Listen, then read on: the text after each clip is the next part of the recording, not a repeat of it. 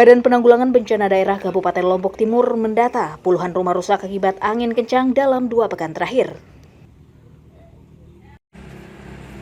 Kerusakan rumah terjadi di 5 kecamatan meliputi Jerewaru, Sikur, Masbagik, Selong, dan Sambalia.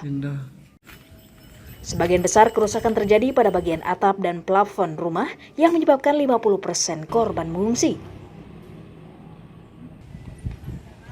BPBD berjanji akan melakukan perbaikan rumah rusak di awal tahun 2023 dengan menggunakan dana tak terduga.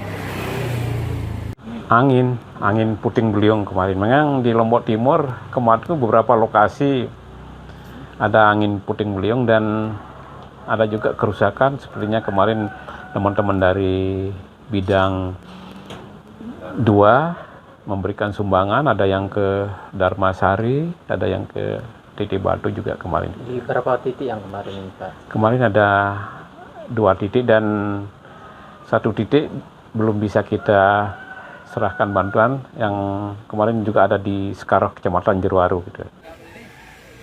Menyikapi fenomena cuaca ekstrim yang masih terjadi, BPBD mengimbau warga tetap waspada saat beraktivitas di luar rumah saat terjadi hujan disertai angin kencang. Muhtadun melaporkan dari Kabupaten Lombok Timur.